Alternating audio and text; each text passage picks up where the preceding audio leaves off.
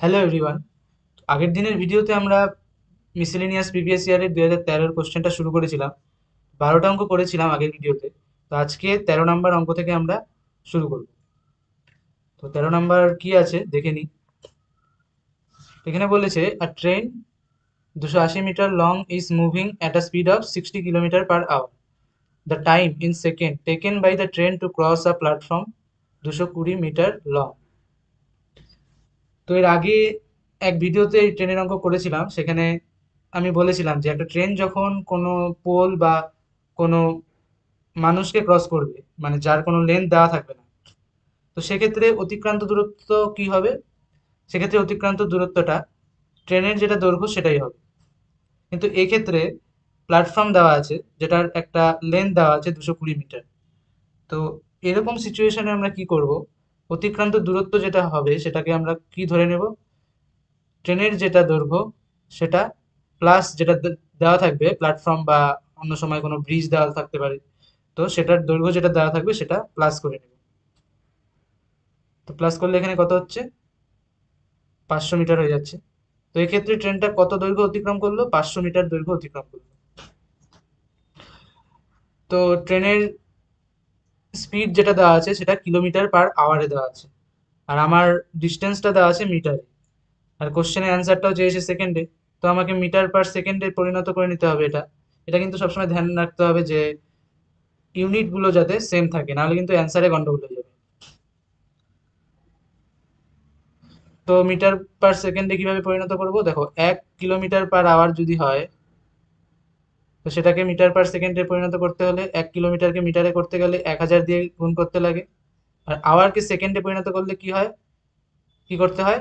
60 দিয়ে গুণ করলে মিনিট হবে, তারপরে আবার 60 দিয়ে গুণ করলে সেটা সেকেন্ড হবে।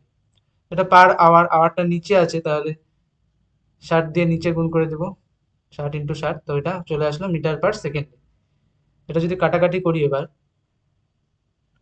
এখানে 5 × 2 = 10, 3 × 2 = 6, তাহলে 5/18, 18 মিটার পার সেকেন্ড। তাহলে 1 কিলোমিটার পার আওয়ার মানে 5/18 metre per second.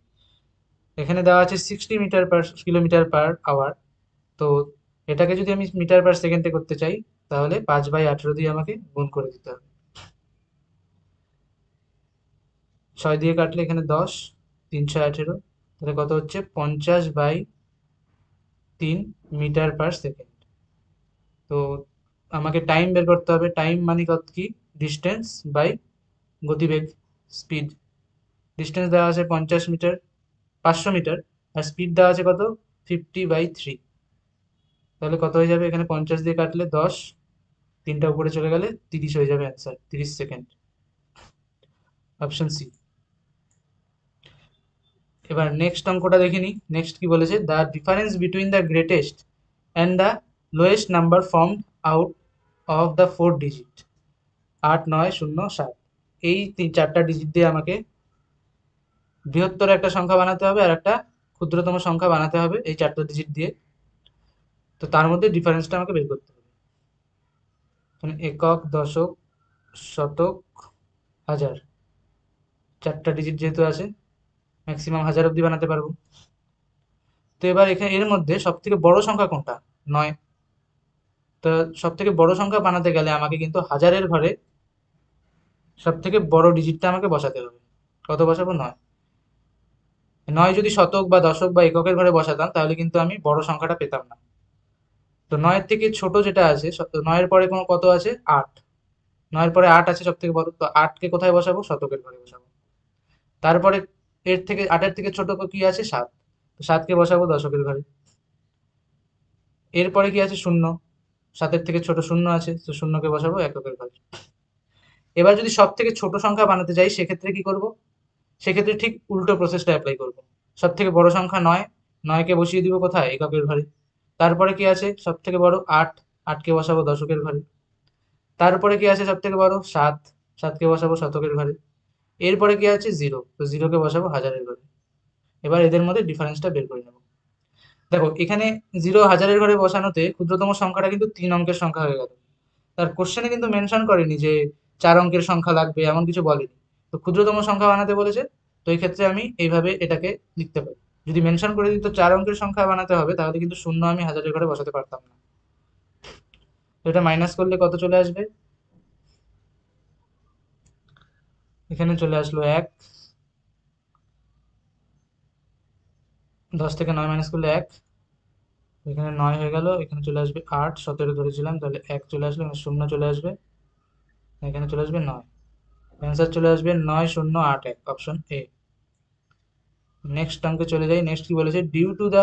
Due to rotten fish, a fish trader forces to sell in for 10% loss. If the purchase value is rupees 250, the selling price will be. তো মাছ বিক্রেতার cost price দেওয়া আছে কত? মাছ বিক্রেতা ওই মাছগুলোকে কিনেছে 250 টাকায়।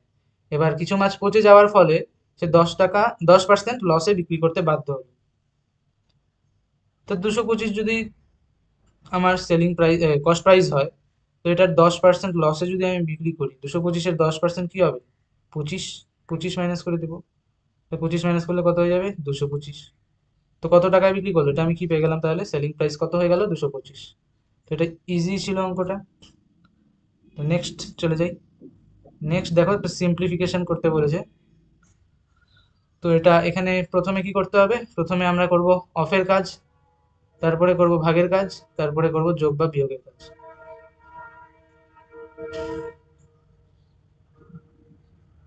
তো প্রথমে এখানে কি আছে? 1 প্লাস 2/3 ভাগ অফ যেটা আছে, এখানে 2 দিয়ে কাটলে 2 দুগুণে 4, তাহলে আর 3 3 কাটা চলে যাবে, তাহলে কত হয়ে যাবে? 1/2 চলে আসবে।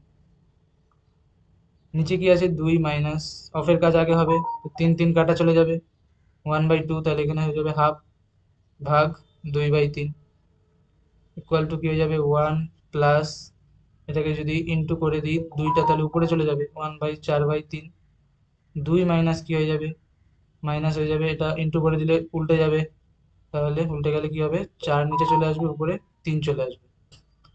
তো প্লাস করলে এটা হবে 3, 3 7/3, আর নিচে কি হয়ে যাবে? 4, 4 দুগুণে 8, 5/4। তো এবার পরের লাইনে কি করতে পারি? 7/3 ইন্টু, এটাকে উল্টে 4/5 লিখতে পারি, তাহলে কত হয়ে গেল? উপরে 4 7 28, নিচে 3 5 15।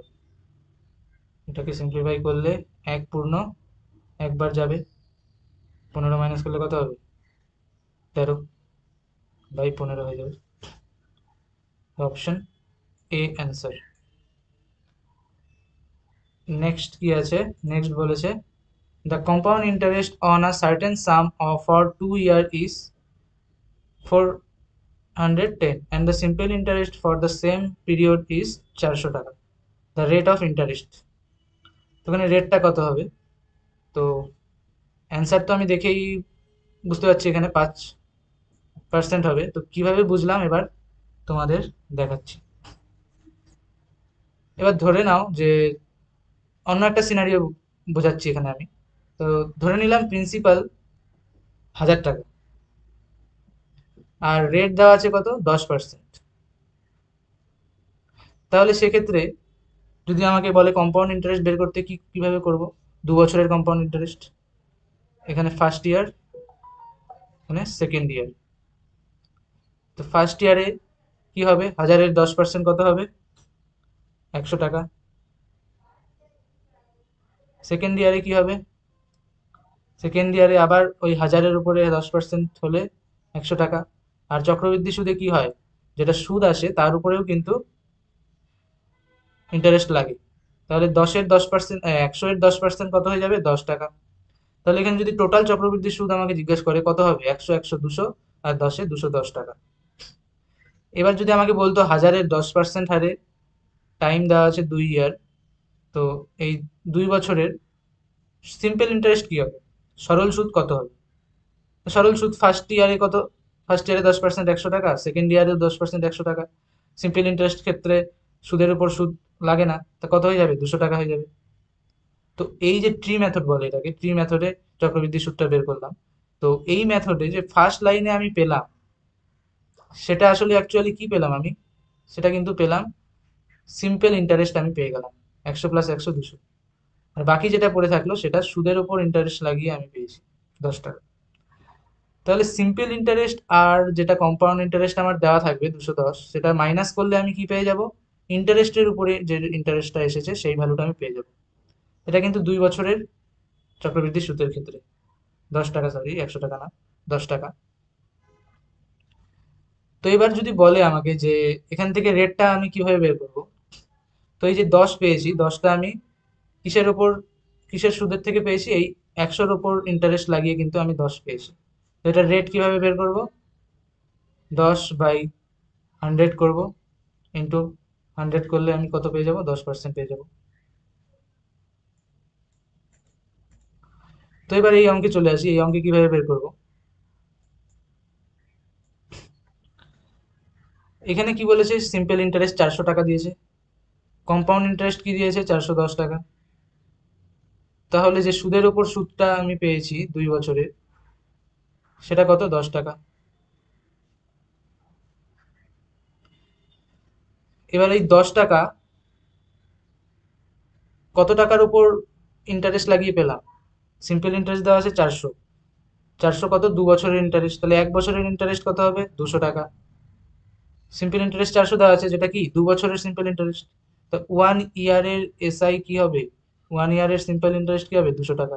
তো এই 200 টাকার উপরে কিন্তু আমি যেটা চক্রবৃদ্ধি সুদ হয়েছে সেটা কিন্তু আমি 10 টাকা পেয়েছি। তো এখানে রেটটা তাহলে কিভাবে বের করবো? 10/200 ইন্টু হচ্ছে 100, তাহলে কি হয়ে যাবে? কত পার্সেন্ট হয়ে যাবে? 5% হয়ে যাবে অ্যান্সার, অপশন বি। তো এবার চলে যাই নেক্সট অঙ্কে। নেক্সট 18 নাম্বার কি বলেছে? In still water, the actual speed of the boat is 10 km per hour and the speed of the river current is 4 km per hour. What time will it take to cover a distance 30 km against the current? বোটের অঙ্ক আমি আগের ভিডিওতে করিয়েছি অনেকবার। তো এক্ষেত্রে বলেছে কি, এগেইনস্ট দ্য কারেন্ট যাবে, মানে স্রোতের বিপরীতে যাবে। স্রোতের বিপরীতে গেলে আমাকে যদি রিলেটিভ গতিবেগ বের করতে হয়, মানে আপেক্ষিক গতিবেগ, তো স্রোতের বিপরীতে আপেক্ষিক গতিবেগ কিভাবে বের করব? বোটের গতিবেগ, বোটের গতিবেগ কত আছে? 10 কিলোমিটার পার আওয়ার, মাইনাস করে দিব কি? স্রোতের গতিবেগ। তাহলে কত আসলো? 6 কিলোমিটার পার আওয়ার। মানে বোটটা যদি স্রোতের গতিবেগের বিপরীতে যায় তাহলে তাদের আপেক্ষিক গতিবেগ এটা হয়ে যাবে। আচ্ছা, স্রোতের অভিমুখে যদি যেত সেক্ষেত্রে কি করতাম? স্রোতের অভিমুখে যদি বোট যেত তাহলে কিন্তু স্রোতের গতিবেগ আর বোটের গতিবেগ যোগ করে দিতাম। তো এখানে আপেক্ষিক গতিবেগ পেয়ে গেলাম। আমাকে ডিস্টেন্স দেওয়া আছে 30 কিলোমিটার, আমাকে টাইম চেয়েছে, কীভাবে বের করবো? ডিস্টেন্স দেওয়া আছে 30 কিলোমিটার, এখানে আমি রিলেটিভ স্পিড বের করে নিলাম। তাহলে টাইম ইকুয়াল টু কী হবে? Distance by speed equal to 30/6, তাহলে কী হয়ে যাবে? 5 আওয়ার, 5 ঘন্টা অ্যান্সার চলে আসবে, অপশন সি।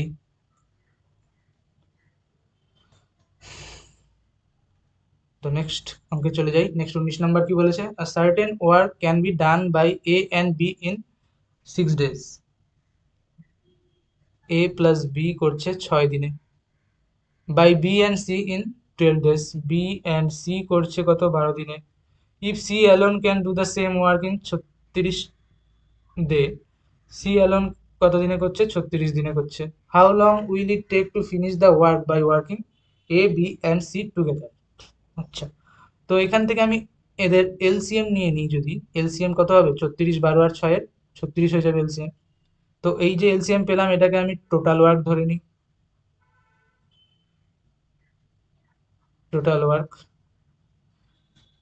তো 36 যদি টোটাল ওয়ার্ক হয়, সেই 36 ওয়ার্ক করতে সি এর 36 দিন লাগলো, তাহলে এফিসিয়েন্সি কত হবে?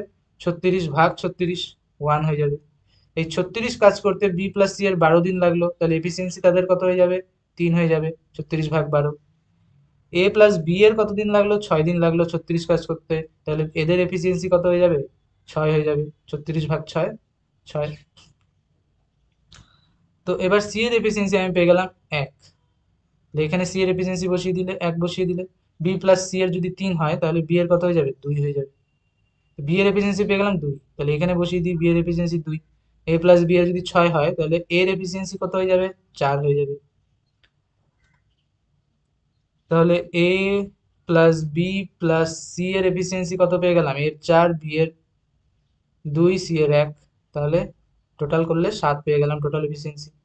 এবার তারা একসাথে যদি কাজ করে কত দিনে কাজ শেষ করবে? টোটাল ওয়ার্ক 36 ভাগ টোটাল তাদের এফিসিয়েন্সি দিয়ে ভাগ করব 7, তাহলে এতদিন লাগবে তাদের টোটাল ওয়ার্ক করতে। এটা ইকুয়াল টু কি হবে? 7, 5 7 35, 5 পূর্ণ 1/7 ডেজ হয়ে যাবে answer, option A. Next 20 number কি বলেছে? A trader has retained 20% excess price on a shari, but while selling it gives a 5% discount. Profit is, আচ্ছা, তো বিক্রেতা করলো তার যা সিপি ছিল, সিপি ধরে নিলাম 100 টাকা, তার উপর প্রাইস বাড়িয়ে ও শাড়ির উপর লিখে রাখলো কত? 20% বাড়ালো। 100 এর 20% মানে 20, 20 বাড়িয়ে 120 টাকা লিখে রাখলো শাড়ির উপরে। এইবার তার উপর ডিসকাউন্ট দিয়ে দিল কত? 5% ডিসকাউন্ট। তা 120-র 5% কত হবে? 120-র 50% কত? 6, এই 60, তাহলে 5% কত হবে? 6 হয়ে যাবে। 6 মাইনাস করবো, তাহলে কত হয়ে যাবে? 114 হয়ে যাবে। এবার সিপি যদি 100 টাকা হয় আর সেলিং প্রাইস কি হয়ে গেল? 114 টাকা, সেলিং প্রাইস পেয়ে গেলাম কত? এটা সেলিং প্রাইস পেয়ে গেলাম 114 টাকা, তাহলে তাদের মধ্যে ডিফারেন্স কত? 14 টাকা ডিফারেন্স। তাহলে প্রফিট পার্সেন্টেজ কিভাবে বের করবো? সিপির ওপরে 14/100 ইন্টু পার্সেন্টেজ করতে গেলে 100 দিয়ে গুণ, তাহলে 14%। 100 টাকায় যদি 14% লাভ হয়, 100 টাকায় যদি 14 টাকা লাভ হয়, তাহলে পার্সেন্টেজ কত হবে? 14%। নেক্সট অঙ্কে চলে যাই। নেক্সট কি বলেছে? What is the greatest pre square number of 7265, মানে 7265 এর আগে কোন নাম্বার এমন আছে যেটা স্কোয়ার নাম্বার, সেটাই এখানে বের করতে হচ্ছে। প্রি মানে আগে। তো এটা সিম্পলি ভাগ প্রক্রিয়ায় যে আমরা বর্গমূল করতে পারি সেটা এখানে লাগিয়ে দিব। তো প্রথমে দু ঘর করে সংখ্যা নিয়ে নিব। এবার এখানে 72 কত দিয়ে যাবে? 7 7 49, 8 8 64, 9 9 81, তাহলে 8 দিয়ে যাবে। 8 8 64, 64 মাইনাস করলে কত হচ্ছে? এখানে 8 নামলো, আর এখান থেকে যদি নামাই এদের তাহলে 65 নামবে। তাহলে এখানে 8-এর ডবল 16 বসবে, এটা কত দিয়ে যাবে? 4 ষোলং 64, 5 ষোলং 80, তাহলে 5 দিয়ে যেতে পারে। 1 6 5 ইন্টু 5 করে দিই, তাহলে 5 5 25, হাতে থাকলো 2, 5 ষোলং 80, 82, তাহলে এটা 5 দিয়ে চলে যাবে, এখানে 5 বসবে, এখানেও 5 বসবে, কত হবে? 825, মাইনাস করলে কত হয়ে যাবে? এখানে হয়ে যাবে 40, 40 অবশিষ্ট চলে আসলো এখানে। তো 40 যদি আমি মাইনাস করে দিই 7 2 6 5-এর থেকে, তাহলে আমি প্রি স্কোয়ার নাম্বারটা পেয়ে যাব। কত হবে? 7 2 2 5, অপশন সি। তো নেক্সট অঙ্কে চলে যাই। নেক্সট কি বলেছে? নেক্সট 22 নাম্বার বলেছে, at first the income of a person is reduced by 50%, then his income is increased by 50%, what is the percentage increase or decrease of his income? তো এটা successive পার্সেন্টেজের অঙ্ক। তাহলে এটা কত, এই অঙ্কটা কিন্তু অনেক রকম ভাবে আমরা করতে পারি। তো ফার্স্ট একটা মেথড আমি বলছি, যে আমি ইনকাম যদি আমি 100 ধরে নিই, তাহলে প্রথমে কি হলো? 50% রিডিউস করলাম। 100 এর 50% কত? 50, তো 50 রিডিউস করলে আমি 50 টাকা পেয়ে যাবো। এরপর কি হলো? এরপর আবার 50% ইনক্রিজ হয়ে গেল। 50% ইনক্রিজ করলাম, এবার আগের বার ডিক্রিজ করেছিলাম, এবার ইনক্রিজ। তো 50-এর 50% কত? 25, অর্ধেক করে দিলাম। তো 50-এর 50% যদি বাড়াই, 25 যদি আমি বাড়াই, তাহলে কত হবে? 75। তো আগে ছিল 100, এখন হলো 75, তাহলে ডিফারেন্স কত পেয়ে গেলাম? ডিফারেন্স পেয়ে গেলাম 25-এ। 25 কি হয়েছে? 25 কিন্তু কমে গেছে, তাহলে 100-তে 25 কমেছে, তাহলে অ্যান্সার কি হবে? Decrease by 25%। তো আর একটা কোন মেথডে করতে পারি, দেখে নাও। 50% মানে কত? হাফ, ফ্র্যাকশনে হাফ। তো প্রথমে কি হলো? 2 থেকে 1 কমে গেল, 50% কমে গেল মানে 1 হলো। নেক্সট টাইম কি হলো? 2 থেকে 50% বেড়ে গেল, মানে 2 থেকে 2 যদি অরিজিনাল হয় 1 বেড়ে গেল, বেড়ে গিয়ে কত হলো, তাহলে 2 থেকে 3 হয়ে গেল, গুণ করে দিলে 4, এখানে হলে 3। তাহলে ইনিশিয়ালি যদি 4 হয় তাহলে ফাইনালি কত হলো, 3 হলো। কত কমলো, 1 কমলো। কততে কমলো, 4-এ কমলো। ইন্টু 100, পার্সেন্টেজ বের করতে হবে, কত হবে, 25%। এটা হয়ে গেল আরেকটা মেথড। এবার হচ্ছে লাগাবো আরেকটা মেথড, সেটা হচ্ছে কি, সাকসেসিভ ডিক্রিজ বা ইনক্রিজের যে ফর্মুলাটা, এ পার্সেন্ট আর বি পার্সেন্ট যদি ইনক্রিজ হয় তাহলে A plus B plus A B by 100, এটা আগের করেছি এই ফর্মুলা দিয়ে অঙ্ক, এটা হয়ে যাবে পার্সেন্ট, এত পার্সেন্ট চেঞ্জ হয়ে যাবে। তো এখানে এর জায়গায় কত বসাবো, প্রথমে কি হচ্ছে, রিডিউস হচ্ছে, তাহলে -50 বসাবো। বি এর জায়গায় কত বসাবো, ইনক্রিজ হচ্ছে, তাহলে +50 বসাবো। প্লাস এর জায়গায় -50, বি এর জায়গায় +50 বাই 100, এত পার্সেন্ট হয়ে যাবে। +50 -50 কাটাকাটি চলে গেল, এখানে কত চলে যাবে, প্লাসে মাইনাসে মাইনাস, 5×5 = 25, আর দুটো শূন্য, 100 দিয়ে ভাগ, তাহলে কত হয়ে গেল, -25%। মাইনাস কেন হলো, কারণ রিডিউস হয়েছে। তো অ্যান্সার কি হয়ে যাবে, ডিক্রিজ বাই 25%। তো এবার চলে যাই নেক্সট অঙ্কে। নেক্সট কি বলেছে, 23 নাম্বার কি বলেছে, in a box there are 378 coin combining 1 টাকা, 50 পয়সা আর 25 পয়সা। The ratio of their value, তাদের ভ্যালুর রেশিও দেওয়া আছে কত, 13, 11, 7। ডিটারমাইন দ্য নাম্বার অফ 25 পয়সা কয়েন। আমাকে টোটাল নাম্বার দেওয়া আছে, আমাকে 25 পয়সা কয়েনের কত, কয়টা আছে 25 পয়সার কয়েন, সেটা বের করতে হবে। তো থলিতে কি কি আছে, 1 টাকার কয়েন আছে, 50 পয়সা মানে হাফ টাকার কয়েন আছে, পয়সাকে টাকায় পরিণত করলাম। 25 পয়সা মানে কত, 1/4 টাকার কয়েন আছে। তো 1 টাকার কয়েন টোটাল 13 টাকার আছে, হাফ টাকার কয়েন টোটাল 11 টাকার আছে, এগুলা। আর হচ্ছে 1/4 মানে 25 পয়সার কয়েন টোটাল 7 টাকার আছে। তাহলে এটা তো ভ্যালু দেওয়া আছে, এবার যদি আমি কোয়ান্টিটি বের করতে চাই যে 1 টাকার কয়েন কটা আছে, 1 টাকার কয়েন দেওয়া আছে 13, যদি ভ্যালু হয় তাহলে সংখ্যায় কটা কয়েন থাকবে, 13টা কয়েন থাকবে। এবার 50 পয়সার কয়েন যদি 11টা হয়, 11 টাকা হয় 50 পয়সার কয়েনের ভ্যালু, তাহলে 50 পয়সার কয়েন কটা আছে, 22টা আছে। ইন্টু 2 করে দিলাম, 22টা 50 পয়সার কয়েন হলেই তো টাকায় ভ্যালুটা 11 হবে। তো এবার 25 পয়সার কয়েন যদি 25 পয়সার টাকার ভ্যালুটা যদি 7 টাকা হয়, তাহলে টোটাল 25 পয়সার কয়েন কটা আছে, 25 ইন্টু 7 ইন্টু 4 করে দিব, 28। 28টা 25 পয়সার কয়েন হলেই তো টাকায় ভ্যালু 7 টাকা হবে। তো পেয়ে গেলাম তাদের কোয়ান্টিটি রেশিও। তো এবার এদের যদি প্লাস করে দিই, কত হচ্ছে, 28 আর 22-এ 30, 50, 50 আর 13, 63, 63 তাদের কোয়ান্টিটি হয়ে গেল টোটাল। এবার কোশ্চেনে দেওয়া আছে কত, 378, 63-র ভ্যালু দেওয়া আছে 378। তাহলে আমাকে বের করতে বলেছে 25 পয়সার কয়েন কটা আছে, 28টা। 28-এর ভ্যালু বের করতে বলেছে, তাহলে 28-এর ভ্যালু কি হবে, 378/63 ইন্টু 28। 28 দিয়ে কাটলে 4×7 = 28, এখানে 9, 9 দিয়ে এটাকে কাটলে 4×9 = 36, 9×2 = 18, গুণ করলে 4×2 = 8, 4×4 = 16। তাহলে কত হয়ে গেল অ্যান্সার, 168। এবার 24 নম্বর অঙ্ক চলে যাই। 24-এ কি বলেছে, A B and C gain ₹3500 from a joint stock business if the ratio of the capital of A B দেওয়া আছে 5:2। আচ্ছা, তাদের ক্যাপিটাল রেশিও কি দেওয়া আছে, এ আর বি এর দেওয়া আছে কত, এ বি সি তিনজন স্টক বিজনেস করছে, এ বি এর ক্যাপিটাল রেশিও দেওয়া আছে 5:2, বি সি এর দেওয়া আছে কত, 3:2। এবার এদের কম্বাইন যদি করতে চাই তাহলে কি করতে হবে, বি কে সেম করতে হবে, বি এখানে 2 আছে, নিচে 3 আছে, তাহলে এখানে 3 দিয়ে গুণ করে দিব। এখানে যেহেতু বি 3 আছে, উপরে 2 আছে, তো এখানে 2 দিয়ে গুণ করে দিব। তাহলে কি হবে, এ কে 3 দিয়ে গুণ করলে 3×5 = 15, বি কে 3 দিয়ে গুণ করলে 3×2 = 6। এখানেও যদি গুণ করি তাহলেও কিন্তু 3×2 = 6 চলে আসছে, তো বি কমন চলে আসলো দুজনের ক্ষেত্রেই। আর সি কত হয়ে যাবে, এখানে 2×2 = 4, এটা কিন্তু রেশিও চলে আসলো।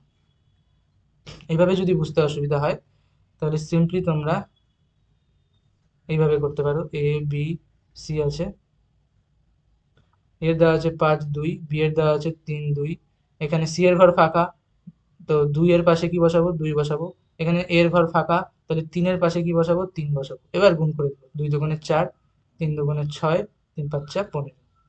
তো এই যে ট্রিকটা, এই ট্রিকটা কিন্তু এখান থেকেই এসেছে, এখান থেকেই কিন্তু এই ট্রিকটা এসেছে। তো এইভাবে আমরা পেয়ে গেলাম ক্যাপিটাল রেশিও এবিসি এর।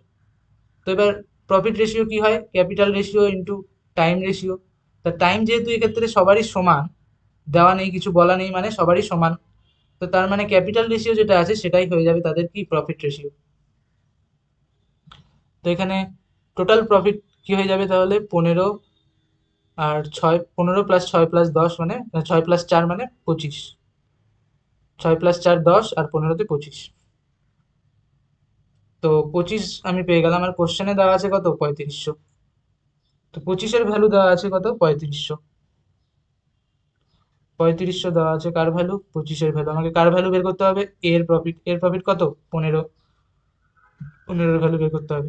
তো 5 দিয়ে কেটে দিই, 3 5 15, 5 5 25, এখানে 5 দিয়ে কাটলে 5 7 35 0 0। তাহলে কত অ্যান্সার হয়ে গেল? 2100, অপশন এ। তো আজকের সেটের লাস্ট অঙ্কে চলে যাই। লাস্ট অঙ্কে কি বলেছে? Applying pulling force a string of rubber is increased by 40% and then for force is withdrawn. What percentage of length is decreased to regain its original configuration? আচ্ছা, একটা রবারের স্ট্রিং আছে, ধরে নিলাম তার লেন্থ 100 আছে। তো পুল করলাম, পুল করার ফলে তার কি হলো? রবারের স্ট্রিংটার 40% ইনক্রিজ হয়ে গেল। তো 100-র 40% মানে কত? 40। তো 40% ইনক্রিজ মানে কত হয়ে গেল? 140 হয়ে গেল। এবার যদি এখানে, এবার কি বলেছে? এবার পুলিং ফোর্সটা আমি ছেড়ে দিলাম, মানে টেনে রবারটাকে ছেড়ে দিলাম। এবার ছেড়ে দেওয়ার পরে কি হলো? অরিজিনাল কনফিগারেশনে চলে আসলো, মানে আগের অবস্থার মূল কনফিগারেশনের পুনরুদ্ধার হলো। মানে আগে কত ছিল? 100, তাহলে বর্তমানে কত হবে? ছেড়ে দেওয়ার পরে 100 হবে। তাহলে কত কমলো? 40 কমে গেল। 40 কমলো, কত থেকে কমলো? 140 থেকে কমলো। তো পার্সেন্টেজ বের করতে বলেছে, 100 দিয়ে গুণ করে দেবো। শূন্য শূন্য কেটে যাবে, 2 দিয়ে কাটলে 2 দুগুণে 4 বাই 7, তাহলে 200 বাই 7 ভাগ করে দিলে কত হবে? 7 দুগুণে 14, 60 নামলো, 7 8 56, তো অবশিষ্ট কত? 4, তাহলে 28 পূর্ণ 4/7, অপশন ডি অ্যান্সার। তো 2013-র আমরা কোশ্চেনটা সলভ করে নিলাম। তো আজকের ভিডিও এখানেই রাখছি। তো নেক্সট ভিডিওতে আমি আরো একটা সেট নিয়ে আসবো। তো দেখা হবে নেক্সট ভিডিওতে। ধন্যবাদ।